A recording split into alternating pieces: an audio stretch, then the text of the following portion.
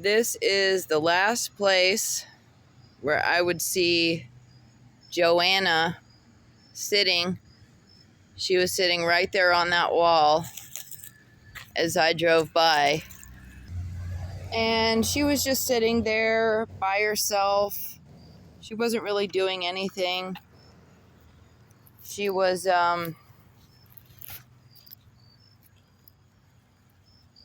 just looking a little bit weird, just hanging out there.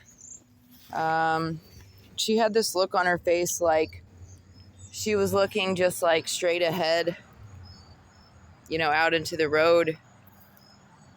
And I'd seen Joanna over the previous months. A couple times I saw her in the church where we would all meet for our crappy, lame, fake Celebrate Recovery meetings here in Buckhannon.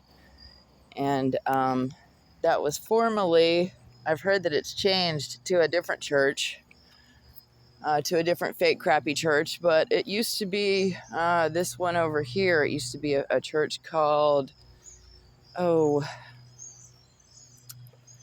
don't want to get it mixed up with a different one. I think it was called the Living Word. I'm not sure. I can't remember. Everyone knew it as Doug Spears Church. Doug, he was the pastor and he said that he was the one that started Celebrate Recovery here. I'm not really sure. He's basically nobody to me. Just another one of these fake losers.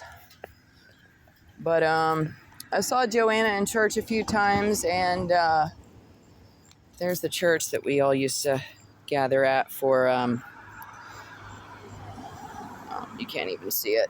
Anyways, she showed up at church a few times, and she kind of acted a little bit funny. It was almost like people had tried to bring her in on the Fuck LaDonna train, the Fuck LaDonna campaign, and it almost seemed like she considered going along with it, but that she just couldn't do it.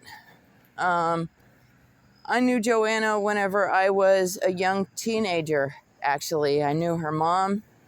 I watched her mom get busted one day, actually. I used to live in Valley Green, and I actually used to like Joanna and her mom. Her mom's name was Donna. I don't know if she's still around or what happened with her, but I know that I remember when Joanna was younger and we lived in Valley Green, she used to party a lot.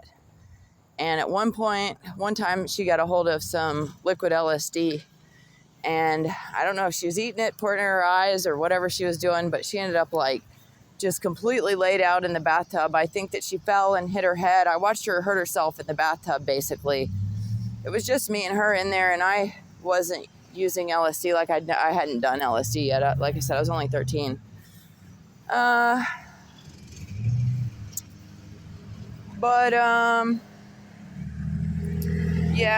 Joanna was around. I think that, like, Joanna was the most beautiful woman in Valley Green, and she was also, at one point, one of the most beautiful women in this entire crappy little town. And so that, especially in that day and age, only meant one thing, which was that, she was going to be targeted in one way or another. And she was hooked up with Floyd, I remember, really early on, and everybody had a real complaint about that because Floyd was black and there were basically no black people.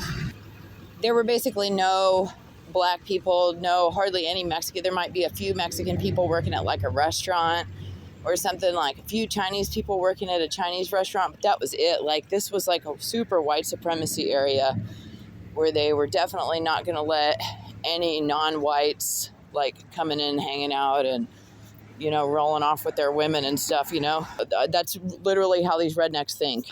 So I remember everybody being like really racist and like upset that Joanna was hooked up with a young black man at the time. And I think that Joanna went from being somebody who she had the world in her hands, and she could have done anything.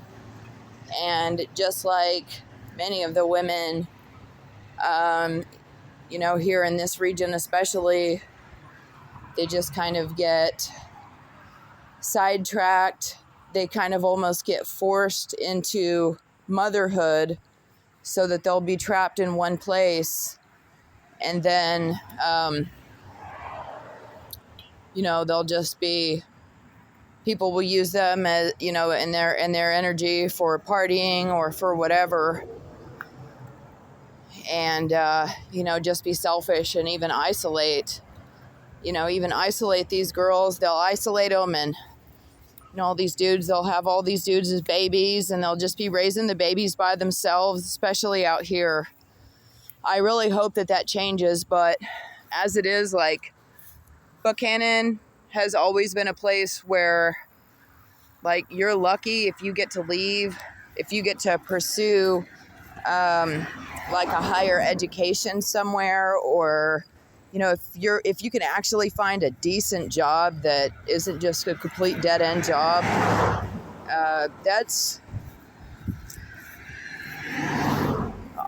Those kind of opportunities aren't necessarily common for the citizens in this little town especially, but there's going to be a pattern. There's going to be a pattern just like that can be identified nationwide and even worldwide, because it's an old school method to control women. That's one of the most old school strange methods or whatever that have been used since the dawn of time is, the manipulation of one gender or another. And in this situation, of course, both men and women can be manipulative and manipulatable.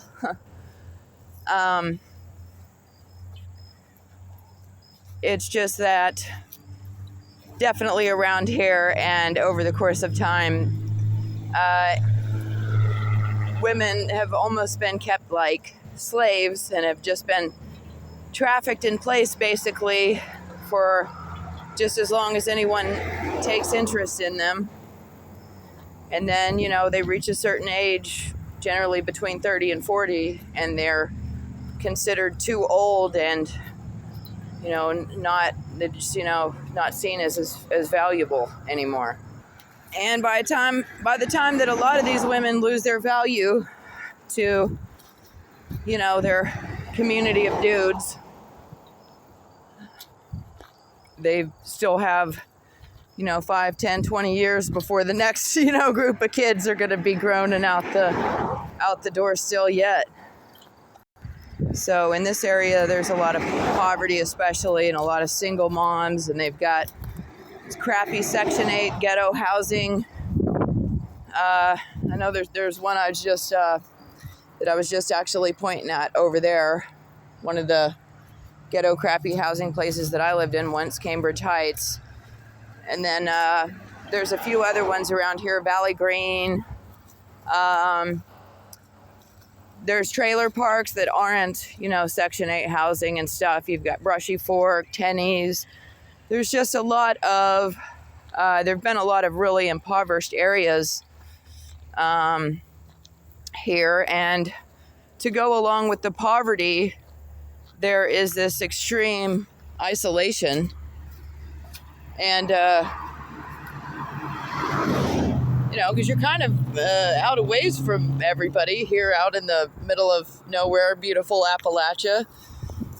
So it leaves many of us